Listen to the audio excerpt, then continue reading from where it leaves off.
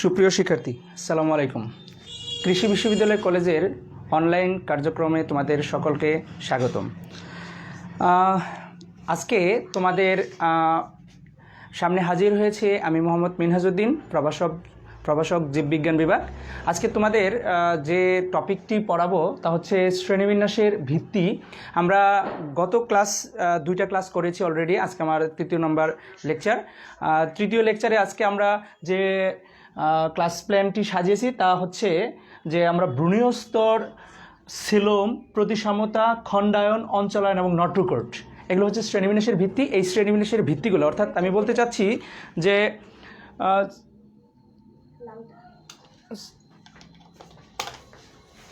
শ্রেণীবিন্যাসের এই ভিত্তিগুলোর উপর ডিপেন্ড করে, অর্থাৎ এই বেসিসেই প্রাণীদের বা জীবের যে শ্রেণীবিন্যাস করা যেতে পারে বা শ্রেণীবিন্যাস করা হয় সেই বিষয়গুলো নিয়ে আজকে আমরা আলোচনা করব।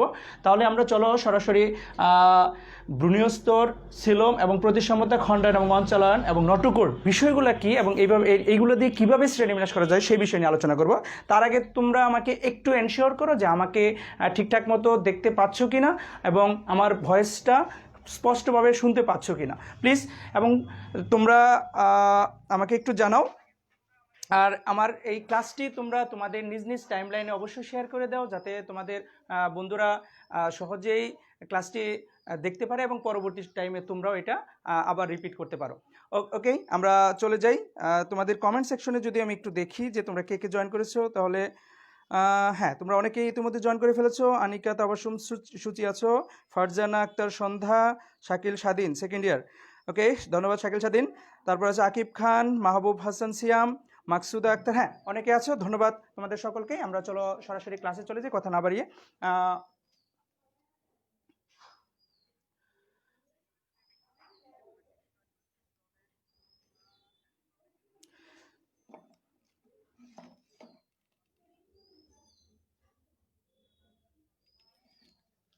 ওকে, তাহলে চলো যে ব্রুনীয় স্তর কি, আমরা গত ক্লাসে অলরেডি আমি তোমাদেরকে কিন্তু আলোচনাটা করেছিলাম, বলেছিলাম যে আগামী ক্লাসে আমি এগুলো নিয়ে ডিটেলস আলোচনা করবো। তাহলে চলো আমরা সেই প্রেক্ষাপটে আমরা চলে যাচ্ছি যে ব্রুনীয় স্তর কি সেই বিষয়টা আগে একটু জানি।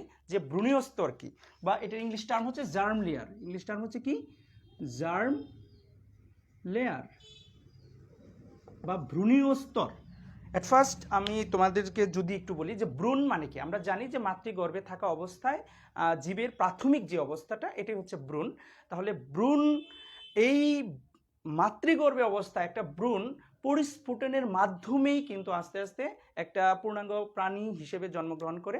সেহেতু এই ব্রুনীয় অবস্থায় তথা মাতৃগর্ভে থাকা অবস্থায় যে কতগুলো স্টেজ বা ধাপ অতিক্রম করে এই পূর্ণাঙ্গ প্রাণীতে পরিণত হতে হয় সেই বিষয়ে আমরা জানি যে মরুলা, ব্লাস্টুলা, গ্যাস্ট্রুলা, এই পর্যায়গুলো বা এই ধাপগুলো অতিক্রমের মাধ্যমেই পূর্ণাঙ্গ একটা প্রাণী শিশু অবস্থায় জন্মগ্রহণ করে।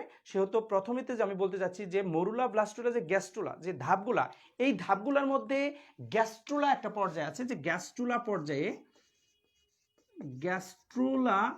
এই পর্যায়ে দেখা যায় যে ব্রুনের মধ্যে 3টা স্তর সৃষ্টি হয়, বা কারো কারো ক্ষেত্রে কোনো কোনো প্রাণীর ক্ষেত্রে 2টা স্তর সৃষ্টি হয়। অর্থাৎ আমি বলতে চাচ্ছি যে ব্রুনীয় গ্যাস্ট্রুলা পর্যায়ে যে 2 বা 3টি স্তর সৃষ্টি হয়, যে স্তরগুলা থেকে কি পরবর্তীতে বিভিন্ন অর্গানস অর্থাৎ অঙ্গ প্রত্যঙ্গ সৃষ্টি হয়, সেই বিষয়গুলা যে স্তরগুলার থেকে সৃষ্টি হয়, এই স্তরগুলাকে আসলে মূলত বলা হয় ব্রুনীয় স্তর বা জার্ম লেয়ার। তাহলে আমি কি বলছি, জার্ম লেয়ার বা ব্রুনীয় স্তর কি, অর্থাৎ ব্রুনীয় পরিস্ফুটনের সময় গ্যাস্ট্রুলা পর্যায়ে, আমি আবার বলতেছি, ব্রুনীয় পরিস্ফুটনের সময় গ্যাস্ট্রুলা পর্যায়ে যে 2 বা 3টি, অর্থাৎ কোনো কোনো প্রাণীর ক্ষেত্রে 2টি হতে পারে, কোনো কোনো প্রাণীর ক্ষেত্রে 3টি স্তরের সৃষ্টি হতে পারে। এই যে 2 বা 3টি স্তরের সৃষ্টি হচ্ছে, এই স্তরগুলোকে মূলত হচ্ছে জার্ম লেয়ার বা ব্রুনীয় স্তর। আর এই ব্রুনীয় স্তরের উপর ভিত্তি করেই প্রাণীদেরকে 2টা বা 3টা ভাগে ভাগ করা যেতে পারে। কোনো কোনো বইয়ের মধ্যে 2টি আছে, কিন্তু আমরা আসলে 3টি হিসেবে পড়ব, যে 3টি ভাগে ভাগ করা যেতে পারে বা 3টি গ্রুপে ভাগ করা যেতে পারে। তাহলে আমি কি বলছি, এই ব্রুনীয় স্তরের উপর ভিত্তি করেই প্রাণীদেরকে তিনটি ভাগে ভাগ করা যেতে পারে। তার মধ্যে আমি যদি ভাগগুলা দেখি তাহলে প্রথম যে ভাগটা সেটাকে বলতে পারি মনোব্লাস্টিক বা একস্তরী প্রাণী। আরেকটা হচ্ছে ডিপ্লোব্লাস্টিক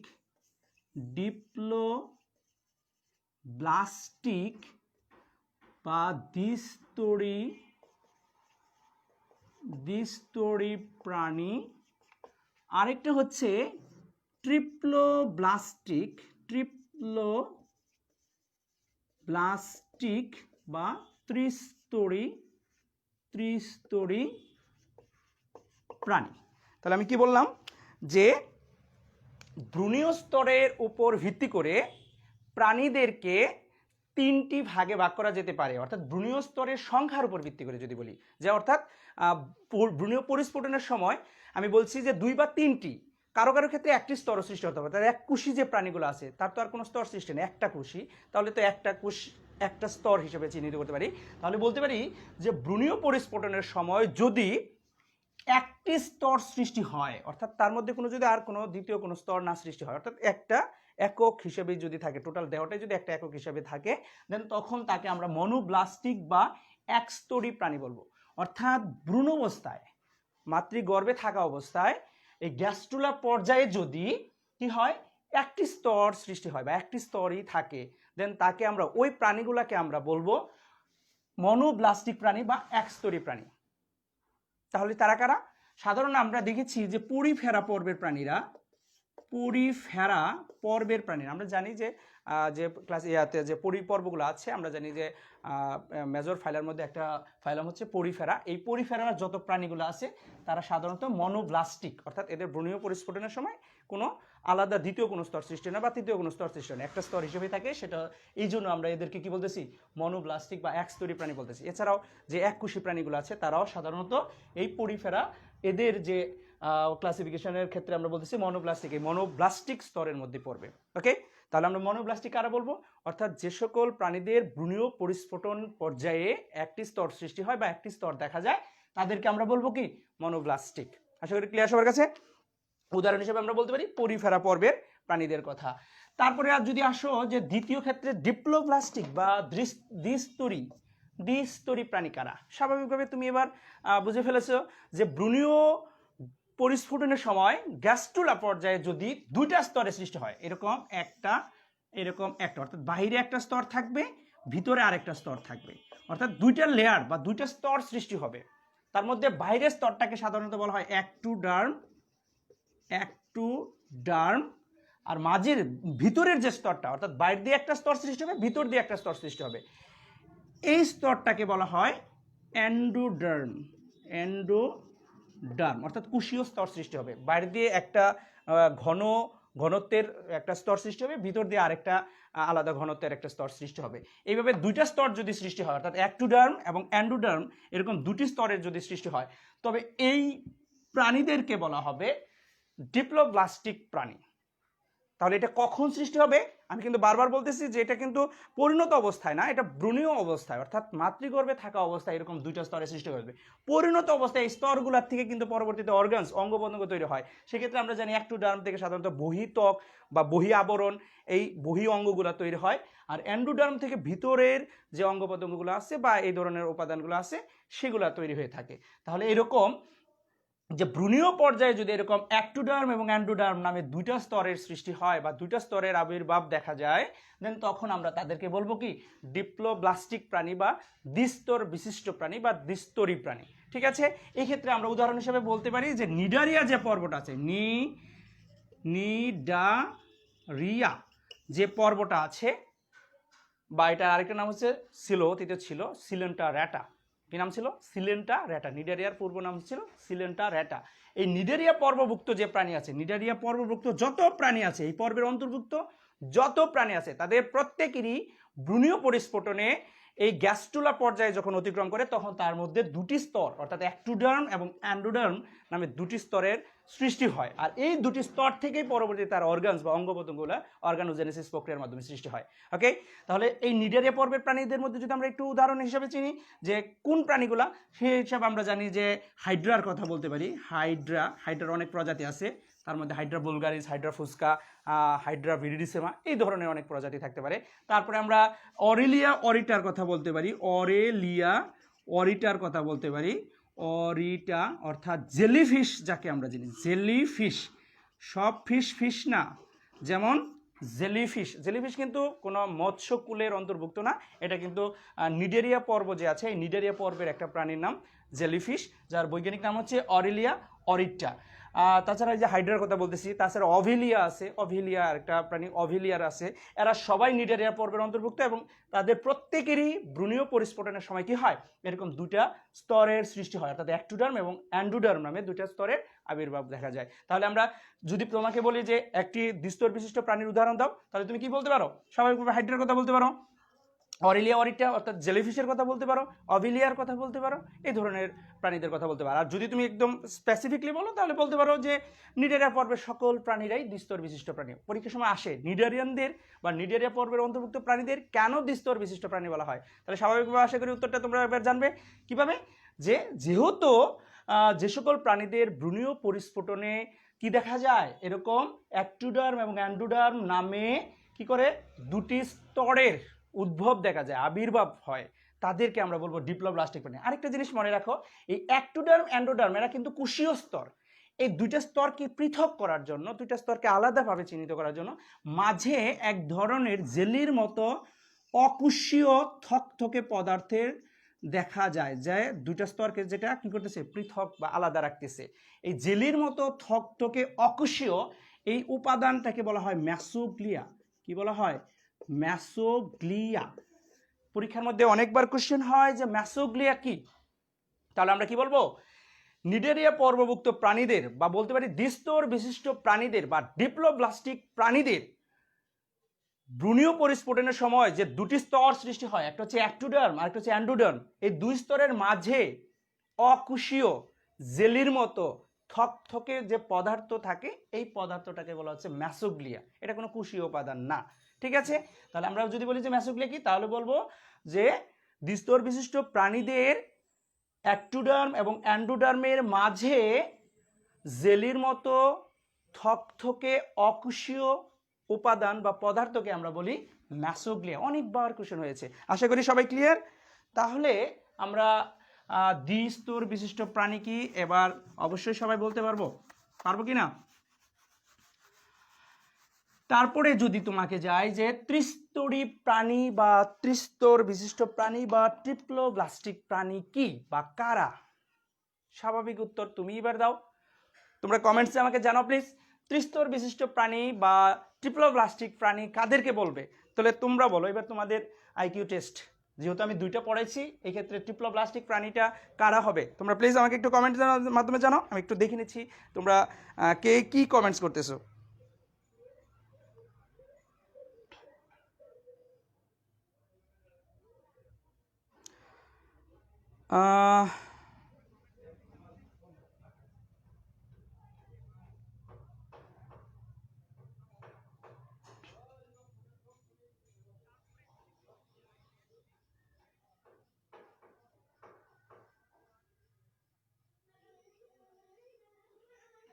হ্যাঁ, তোমরা অনেকেই কমেন্টস করেছো, হ্যাঁ, তিনটে স্তর যে প্রাণীদের মধ্যে হয়। ওকে, ফাইন। হ্যাঁ, তোমাদের ধন্যবাদ। তোমরা আশা করি বুঝে ফেলেছো যে সকল প্রাণীদের ভ্রূণীয় পরিস্ফুটন পর্যায়ে, অর্থাৎ কোন পর্যায়ে বলতেছি, যে ভ্রূণীয় পরিস্ফুটনের গ্যাস্ট্রুলার পর্যায়ে তিনটি স্তরের সৃষ্টি হয় বা তিনটি স্তরের আবির্ভাব দেখা যায় বা তিনটি স্তর দেখা যায়, এই সকল প্রাণীদের এর অন্তর্ভুক্ত, অর্থাৎ তিনটা স্তর সৃষ্টি হলে এর অন্তর্ভুক্ত সকল প্রাণীদের কি বলা হবে? কি? ট্রিপ্লোব্লাস্টিক প্রাণী বা ত্রিস্তর বিশিষ্ট প্রাণী। আশা করি সবাই ক্লিয়ার। তাহলে ত্রিস্তর বিশিষ্ট প্রাণী কি?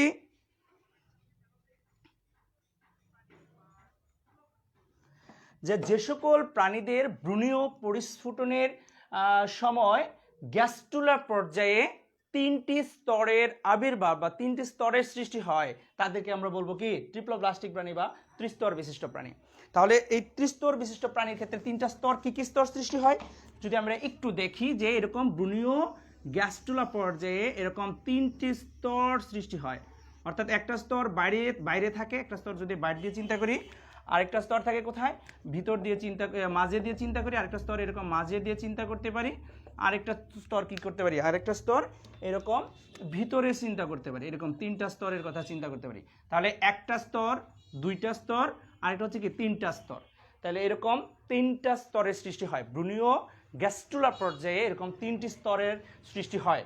এই তিনটি স্তর যদি সৃষ্টি হয় তাহলে ওই প্রাণীদেরকে আমরা কি বলবো, ট্রিপ্লোব্লাস্টিক বা ত্রিস্তর বিশিষ্ট প্রাণী বলবো। এক্ষেত্রে বাইরের স্তরটাকে বলা হয়, এক্ষেত্রে বাইরের যে স্তরটা, এই বাইরের স্তরটাকে বলা হয়, বাইরের স্তরটাকে বলা হয় অ্যাক্টোডার্ম, একই জিনিস অ্যাক্টোডার্ম। মাঝের যে স্তরটা আছে মাঝে, এই মাঝের স্তরটাকে বলা হয় ম্যাসোডার্ম, ম্যাসোডার্ম। আর ভিতরে একদম ভিতরে যে স্তরটা সেটাকে বলা হয় এন্ডোডার্ম, এন্ডোডার্ম।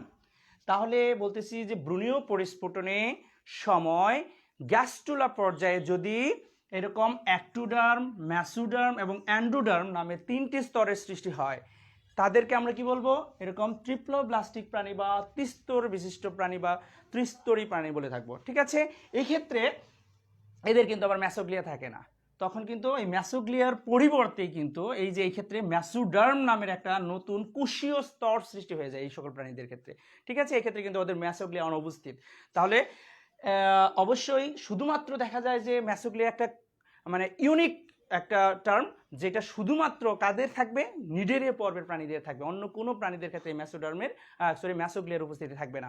আর এই ক্ষেত্রে যে সকল প্রাণীদের এরকম নতুন আরেকটা স্তর, অর্থাৎ অ্যাক্টোডার্ম এবং অ্যান্ডোডার্মের মাঝে এরকম ম্যাসোডার্ম নামের আরেকটা স্তর থাকবে, অর্থাৎ তিনটা স্তর থাকবে, এই সকল প্রাণীদেরকে আমরা বলবো ট্রিপ্লোব্লাস্টিক প্রাণী বা ত্রিস্তর বিশিষ্ট প্রাণী। তাহলে কারা, নিডারিয়ার পরে যে পর্বগুলো আছে, অর্থাৎ নিডারিয়ার পরে যে আরও অন্যান্য পর্ব আছে, যে প্লাটিহেলমিনথেস, তারপরে আমরা যদি বলি নেমাটোডা, তারপরে যদি বলি মোলাস্কা, অ্যানিলিডা, আর্থ্রোপোডা, অ্যাকাইনোডারমাটা, কর্ডাটা, এরা যে পর্বগুলো, সব পর্বগুলাই, অর্থাৎ আমি বলতে চাচ্ছি যে প্লাটিহেলমিনথেস থেকে নিয়ে কর্ডাটা পর্যন্ত যে কয়টা পর্ব আছে, এই পর্বের অন্তর্ভুক্ত যত প্রাণী আছে তাদের সকলেরই ব্রুনীয় পরিস্ফুটন পর্যায়ে এরকম তিনটি স্তরের সৃষ্টি হয়। তাহলে তারা সবাই কি ত্রিস্তরী বিশিষ্ট প্রাণী। এবার আমার কোশ্চেন, তাহলে আমরা মানুষ কোন স্তরের অন্তর্ভুক্ত, অর্থাৎ কোন স্তরী প্রাণীদের মধ্যে পড়ি? প্লিজ কমেন্টের মধ্যে আমাকে জানাও, দ্রুত কমেন্টে জানাও, তাহলে আমি বুঝতে পারবো তোমাদের আমি কতটুকু বোঝাতে পারতেছি বা কতটুকু দিতে পারতেছি।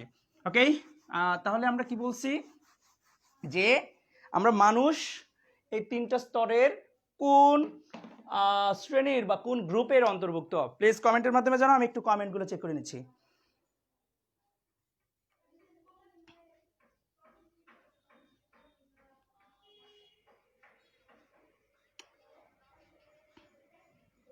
হ্যাঁ, তোমরা অনেকেই কমেন্টস করে ফেলছো অলরেডি।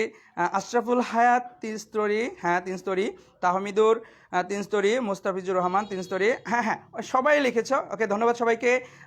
আরও সবাই লিখেছো, সন্ধ্যা লিখেছো, তারপরে বণিক, ধ্রুব ব্রত বণিক, হ্যাঁ, তারপরে মেহেদি হাসান, সাকিব, মাকসুদা আক্তার, হ্যাঁ তোমরা অনেকেই সবাই সঠিক উত্তর দিয়েছো, সবার নামটা আমি এই মুহূর্তে পড়তে পারতেছি না, ধন্যবাদ তোমাদের সকলকেই। ওকে, তাহলে আমরা অলরেডি ব্রুনীয় স্তরের ভিত্তিতে যে কথাটা ছিল, যে ব্রুনীয় স্তরের ভিত্তিতে যে প্রাণীদের শ্রেণীবিন্যাস, সেই ক্ষেত্রে আমরা দেখলাম যে তিনটি স্তরে ভাগ করা যেতে পারে। একটা হচ্ছে কি মনোপ্লাস্টিক বা একস্তরী প্রাণী। তোমাদের বইয়ের মধ্যে কিন্তু আমি বলতেছি, তোমাদের বইয়ের মধ্যে কিন্তু দুটি স্তরের কথা বলছে, একটা ডিপ্লোপ্লাস্টিক আর একটা হচ্ছে ট্রিপ্লোপ্লাস্টিক। সো এই ক্ষেত্রে হেজিটেট হওয়ার কোনো কারণ নেই, আরেকটা স্তর আছে, সেটা হচ্ছে মনোপ্লাস্টিক। ওকে, তাহলে সেটা আমরা এই ক্ষেত্রে কনফিউশন সৃষ্টি হওয়ার কোনো সুযোগ নেই, এক এক বইয়ের মধ্যে এক একভাবে লিখতে পারে, এটা কোনো সমস্যা না। ওকে, তারপরে যদি আমরা বলি যে সিলোম কি, যদি বলি সিলোম কি, তাহলে এই যে কথাটা বললাম যে ব্রুনীয় স্তরের সময় যে বলেছিলাম যে বিভিন্ন স্তর থেকে কিন্তু বিভিন্ন অর্গানস বা অঙ্গ প্রত্যঙ্গ সৃষ্টি হয়, সেক্ষেত্রে যে ম্যাসোডার্ম স্তরটার কথা বললাম, ম্যাসোডার্ম, এরকম ম্যাসোডার্ম বলি, ম্যাসোডার্ম, এই ম্যাসোডার্ম স্তর থেকে একটা অর্গানসই বলতে পারো, একটা পর্দা সৃষ্টি হয়, পর্দাটার নাম হচ্ছে পেরিটোনিয়াম পর্দা। পর্দাটার নাম হচ্ছে কি পেরিটোনিয়াম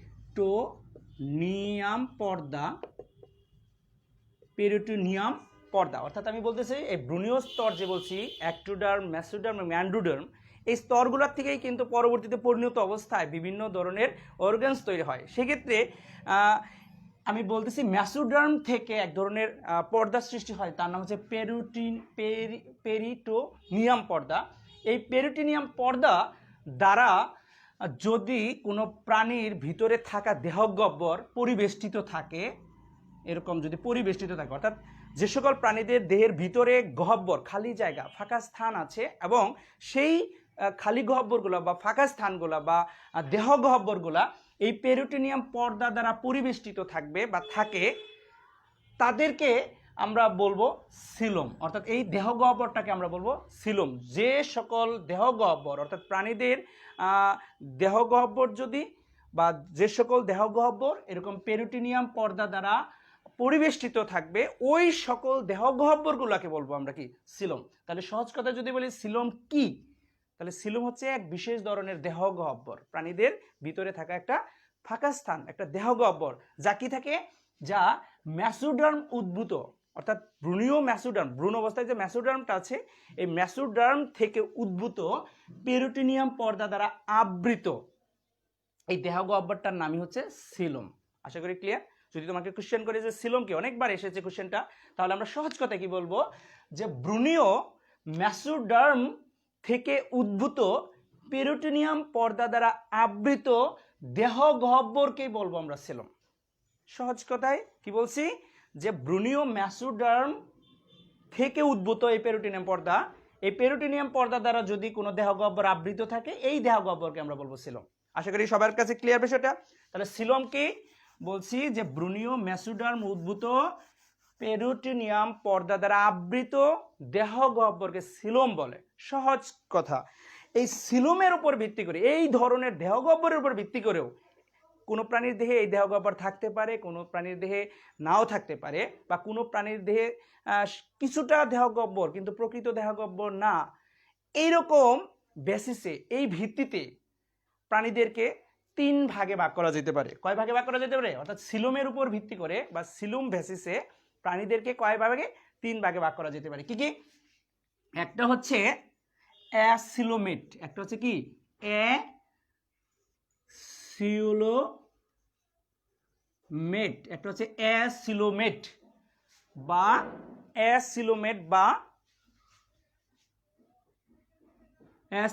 বা সিলোমবিহীন প্রাণী, সিলোমবিহীন প্রাণী। আর একটা হচ্ছে সিউডোসিলোমেট, আর একটা হচ্ছে কি সিউডোসিলোমেট, আর হচ্ছে কি সিউডোসিলোমেট,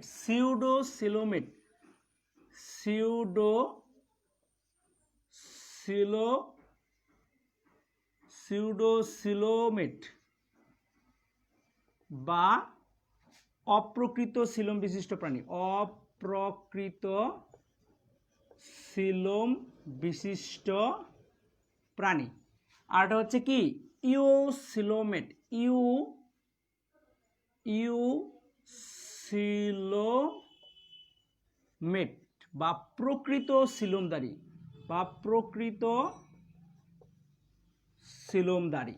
অর্থাৎ আমি বলছি সিলোম কি, যে ভ্রূণীয় মেসোডার্ম উদ্ভূত পেরিটোনিয়াম পর্দা দ্বারা আবৃত দেহ গহ্বরকেই বলবো আমরা সিলোম। আর এই সিলোম আছে না নাই, কোনো প্রাণীর দেহে আছে না নাই, এর উপস্থিতি অনুপস্থিতির উপর ভিত্তি করে প্রাণীদের কি করা যায়? 3 ভাগে ভাগ করা যায়, 3টি গ্রুপে ভাগ করা যায়, 3টি দলে ভাগ করা যায়। কি কি দল? একটা হচ্ছে অ্যাসিলোমেট বা সিলোমবিহীন। স্বাভাবিক উত্তর যে সকল প্রাণীদের দেহের ভিতরে কি থাকবে না? সিলোম থাকবে না, এই ধরনের দেহ গহ্বর নেই, ফাঁকা স্থান নেই, তাহলে তারাই হচ্ছে অ্যাসিলোমেট। আর একটা হচ্ছে সিউডোসিলোমেট। সিউডো শব্দের অর্থ আসলে অ্যাকচুয়ালি নকল, অপ্রকৃত, ভুয়া, এই বিষয়টা। এটা একটা গ্রিক ওয়ার্ড, এই গ্রিক ওয়ার্ড আসলে সিউডো শব্দের অর্থ ভুয়া বা নকল। অ্যাকচুয়ালি আমরা যদি বলি সিউডো গোল্ড, ইমিটেশন, যেটা যে স্বর্ণ না, দেখতে স্বর্ণের মতো, ঠিক একই রকমভাবে যদি বলি দেখতে কিসের মতো?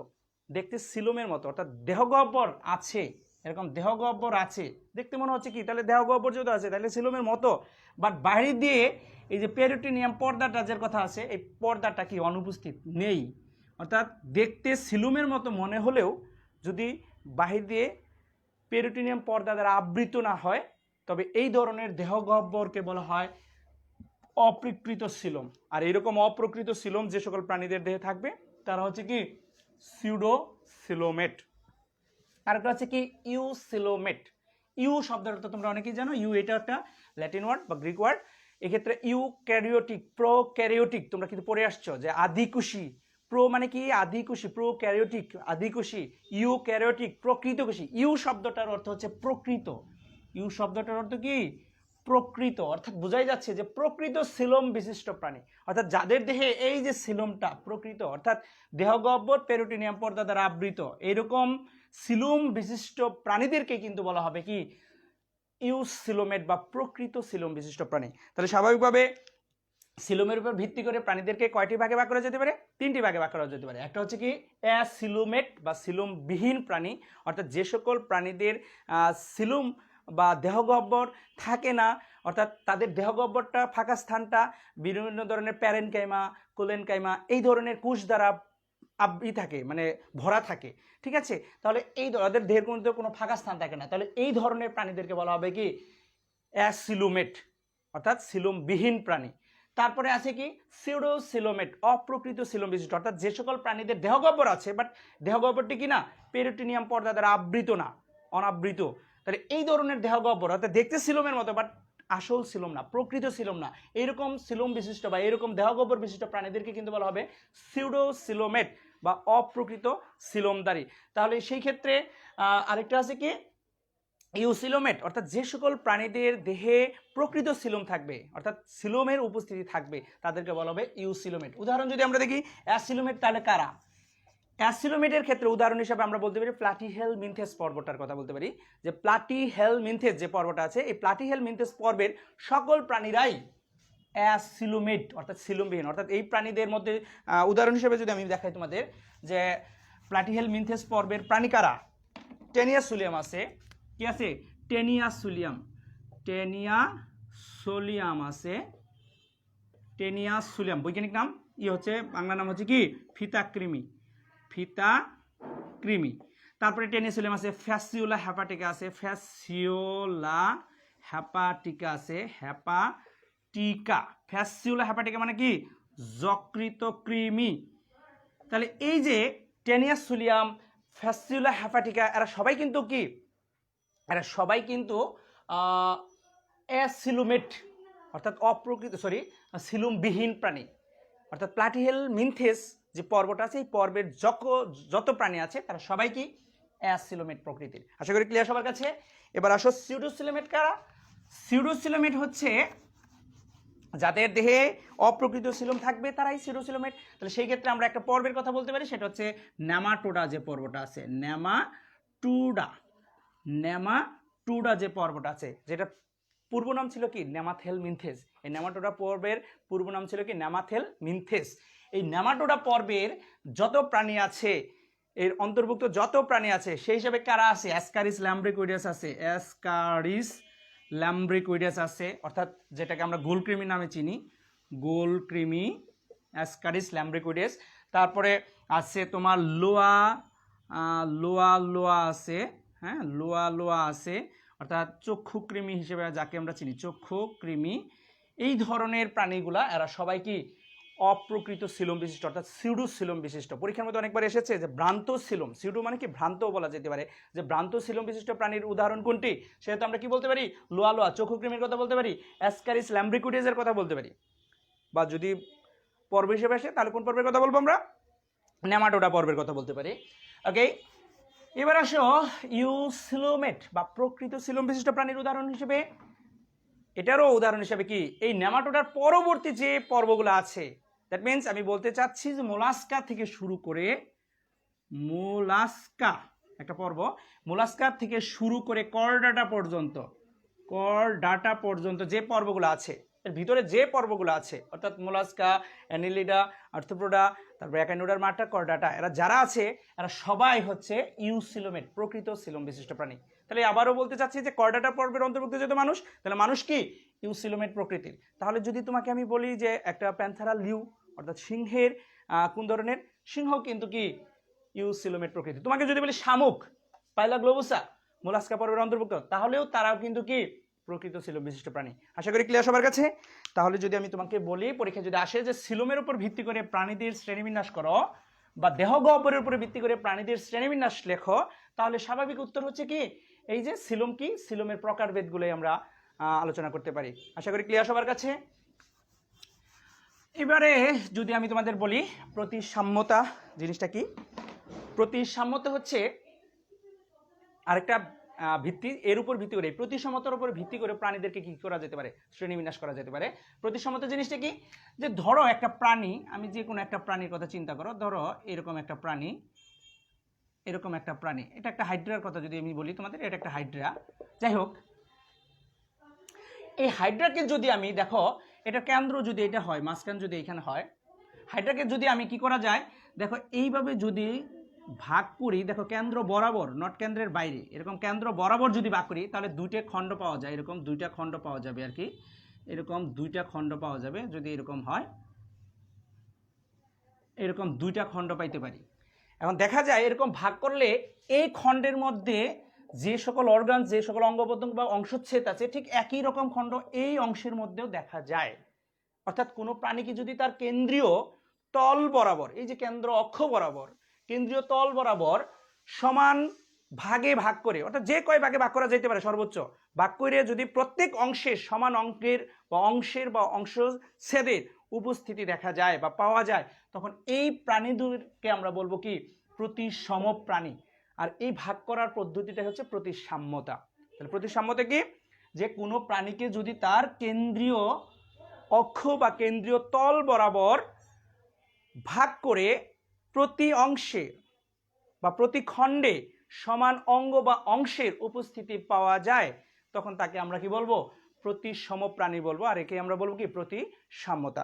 এই প্রতিসাম্যতা ভাগ করা যাবে কি যাবে না, বা কয় ভাগে ভাগ করা যেতে পারে, কিভাবে ভাগ করা যেতে পারে, এর উপর ভিত্তি করে আমরা প্রাণীদের শ্রেণীবিন্যাস করতে পারি।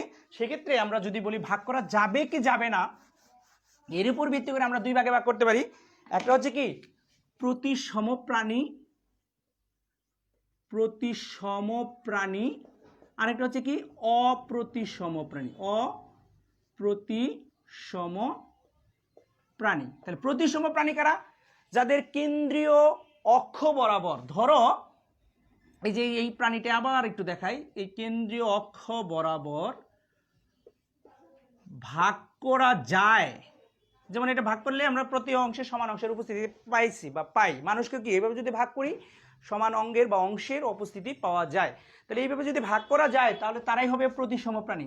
আর যদি ভাগ না করা যায়, ধরো আমরা পরিফেরা পর্বের প্রাণীদের কথা যদি চিন্তা করি, যে পরিফেরা পর্ব, ধরো একটা প্রাণী যদি আমি চিন্তা করি পরিফেরা, এরকম একটা প্রাণী যদি এটা চিন্তা করো, এটা পরিফেরা, তাহলে তুমি তাকে যদি তুমি যে কোনো ভাগে যদি কেন্দ্র যদি এটা হয়, তুমি এই কেন্দ্র বরাবর এইভাবে যদি ভাগ করো, দেখা যায় এই অংশ আর এই অংশের সমান অঙ্গের উপস্থিতি পাওয়া যায় না, ভিতরের অংশ বা বাইরের অংশ মিল নেই।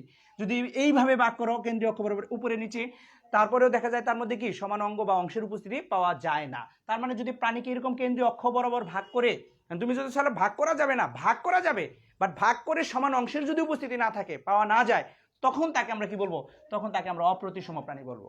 তাহলে অপ্রতিসম প্রাণী কাকে বলবো, যে সকল প্রাণীদের তার কেন্দ্রীয় অক্ষ বা তল বরাবর ভাগ করে প্রতি অংশে সমান অঙ্গ বা অংশের উপস্থিতি পাওয়া যায় না, তাদেরকে আমরা বলবো কি অপ্রতিসম প্রাণী। আশা করি ক্লিয়ার সবার কাছে।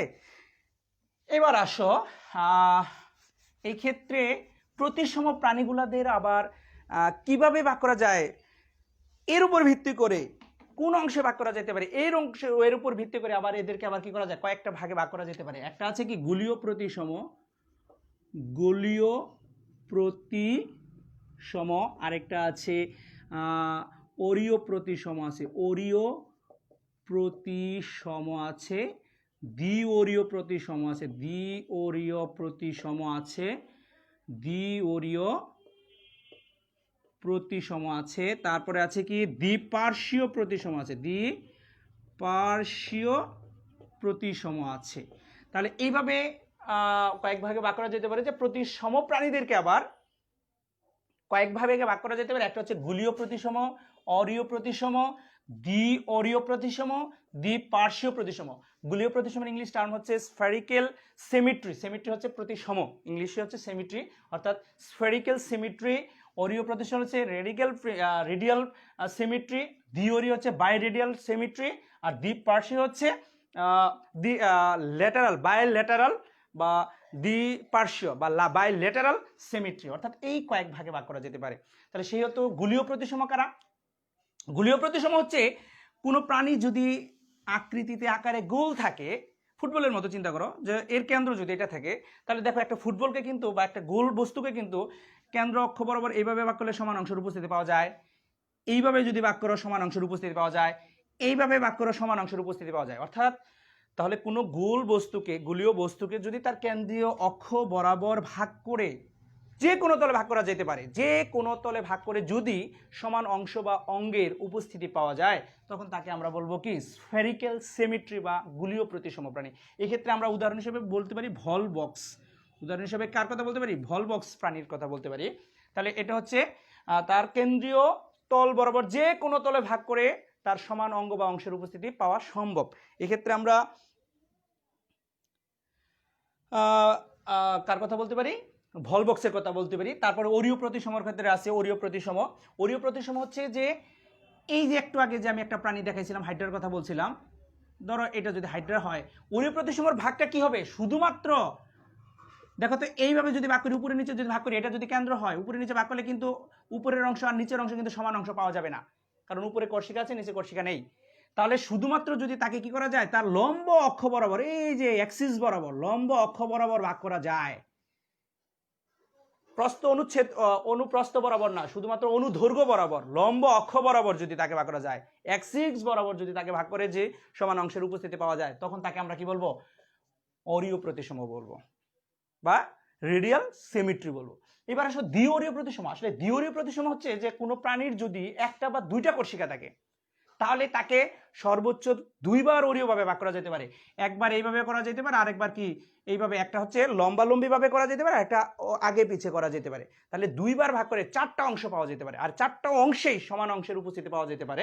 এই ধরনের প্রতিসমতা যদি হয়, তাহলে তখন আমরা অরীয় প্রতিসম, এটাকে স্বাভাবিক অরীয় প্রতিসম, কিন্তু এটাকে আমরা আলাদাভাবে যদি আমরা বলি যে এটাকে দ্বিঅরীয় প্রতিসম বলতে পারি। অর্থাৎ কোনো অরীয় প্রতিসম প্রাণীকে যদি পরপর দুইবার অরীয়ভাবে ভাগ করে যদি সমান অংশের বা অঙ্গের উপস্থিতি পাওয়া যায়, তখন তাকে আমরা বলবো কি দ্বিঅরীয় প্রতিসম। অর্থাৎ দ্বিঅরীয় প্রতিসম প্রাণীও কিন্তু এক ধরনের অরীয় প্রতিসম প্রাণী। আশা করি ক্লিয়ার।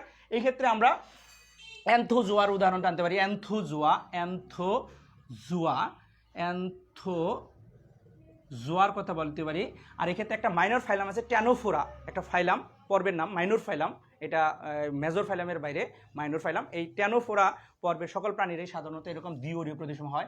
এবার আসলে দ্বিপার্শ্বীয় প্রতিসম, বাইলেটারাল। মানুষের কথা চিন্তা করো, যদি মানুষের কিন্তু লম্ব অক্ষ বরাবর ভাগ করা যাবে, এইভাবে ভাগ করা যাবে না, লম্ব অক্ষ বরাবর ভাগ করা যেতে পারে, শুধুমাত্র লম্ব অক্ষ বরাবর ভাগ করে, কিন্তু সেটা শুধুমাত্র কিভাবে ভাগ করা যেতে পারে? ডান এবং বাম এই দুই পাশ বরাবর, দুই পার্শ্ব বরাবর ভাগ করা যেতে পারে। আদারওয়াইজ সামনে পিছিয়ে যদি তুমি ভাগ করতে চাও, সমান অঙ্গ বা অংশের উপস্থিতি পাওয়া যাবে না। তাহলে যদি ডিভাইডেশনটা কিভাবে হয়? লম্ব অক্ষ বরাবর, কিন্তু সেটা ডান এবং বাম আবর্তে বা বাম পার্শ্বে শুধু ভাগ করা যায়, তবে এই ধরনের প্রতিসম প্রাণীদেরকে বলা হবে দ্বিপার্শ্বীয় প্রতিসম প্রাণী। আমি আবার বলতেছি যে কোনো প্রাণীকে যদি তার লম্ব অক্ষ বরাবর শুধু ডান এবং বাম পার্শ্বে ভাগ করা যেতে পারে, তখন তাদেরকে আমরা বলবো দ্বিপার্শ্বীয় প্রতিসম প্রাণী। দ্বিপার্শ্বীয় প্রতিসম প্রাণীরাও কিন্তু এক ধরনের কি অরীয় প্রতিসম প্রাণী। আশা করি তোমাদেরকে সবার কাছে ক্লিয়ার হয়েছে। তাহলে দ্বিপার্শ্বীয় প্রতিসম কারা? যে সকল প্রাণীদের কি করা যাবে? লম্ব অক্ষ বরাবর ভাগ করে ডান এবং বাম পার্শ্ব পাওয়া যাবে, আর সামনে পিছে কি ভাগ করে পাওয়া যাবে না। যদি সামনে পিছেও করা যায়, তাহলে সেটা অরীয় হয়ে যাবে, সেটা অন্য অরীয় হয়ে যাবে। ঠিক আছে? তবে দ্বিপার্শ্বীয় কেন বলতেছি আমি?